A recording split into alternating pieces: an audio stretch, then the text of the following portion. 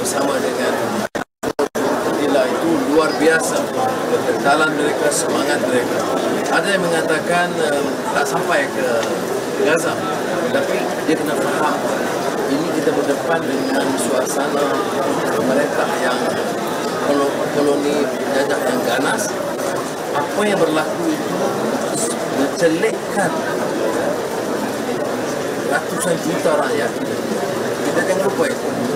Malah mereka berkorban supaya mereka dalam kapal dan lautan ombak dan tentu keselamatan mereka campakkan semua telefon ke laut. InsyaAllah kita ganti semuanya, tapi yang pentingnya keselamatan mereka. Ini jadi dua pengajaran. Yang pertama, mereka telah memberi sumbangan besar bagi mencelikkan masyarakat dan kita sanjung pengorbanan mereka. Yang kedua, kedudukan Malaysia dengan hubungan kebersamaan diplomasi dengan semua negara itu sebenarnya membantu. Kerana kalau tanya saya apa tugas saya nak selamatkan anak-anak ini dengan apa cara bersama dengan hubungan yang baik.